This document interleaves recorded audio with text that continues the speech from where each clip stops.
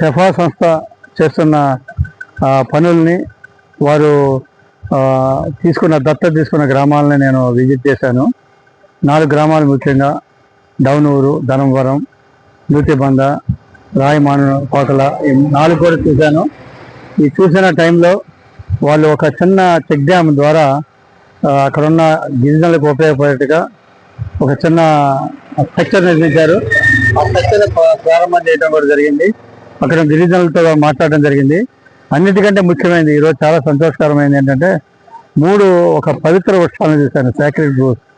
వాళ్ళు గిరిజనులు ఆ వృక్షాలని పరిరక్షిస్తున్నారు. అదే డౌనూరులో అయితే 200 సంవత్సరాల పైగా ఉన్న చింత చెట్టుని అక్కడున్న భగత గిరిజనులు దాన్ని రక్షించడం, దాన్ని పూజించడం జరుగుతుంది. అదేవిధంగా కోళ్ళు తెగవాళ్ళు 2 ప్రాంతాల్లో నూతిబంద మరియు రావిమాని పాలకలో ఉన్న 2 పవిత్ర వృక్షాలను కూడా చూడటం జరిగింది.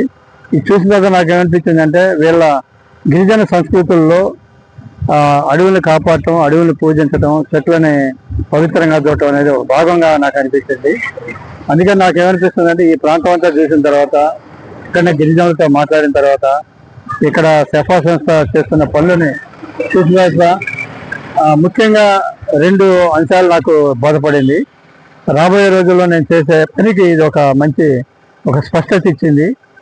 మన వనదేవతని, అరణ్య దేవతని రక్షించడం ఒకటి, అదే సమయంలో అక్కడున్న గిరిజనులను, ఆదివాసీలని పరిరక్షించడం, వారి సంక్షేమం కోసం పాటుపడటం, ఈ రెండింటి మధ్య సమన్వయంతో పనిచేసే విధంగా నా బాధ్యతలు నిర్వహించాలని రాబోయే 1 సంవత్సరం దీనికోసం పనిచేయాలనే ఒక సంకల్పానికి ఈరోజు నాకు భేదం పడింది. 13 సంవత్సరాలు అంతే కదా, 2013లో అక్కడ ప్రారంభమైంది, 2007, 2005, 20 సంవత్సరాల్లో ఒక మంచి సంస్థ, ఒక చక్కటి ప్రభావం, ఈ ప్రాంతంలో ప్రభావం చూపే విధంగా పనిచేసింది. పనిచేయటంలో వారి అంకిత భావం, డాక్టర్ శశిప్రభ గారి అంకిత భావం తెలుస్తుంది నాకు. ఏ విధంగా నేను ఇక్కడ రావడం జరిగిందంటే, ఒక 2 నెలల క్రితం మేము ఇట్లా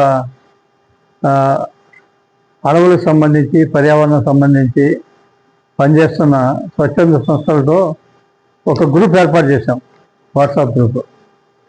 అప్పుడు రత్నం గారుతో మాట్లాడినప్పుడు శశిప్రభ గారు గ్రీన్ అంబాసిడర్స్ అని ఏర్పాటు చేశారనే కానీ నాకు బాగా ఇంట్రెస్ట్ కలిగింది. ఏమైనా నాకు అర్థం కాకపోయినా కానీ ఇదో గొప్ప కార్యక్రమం అనిపించింది.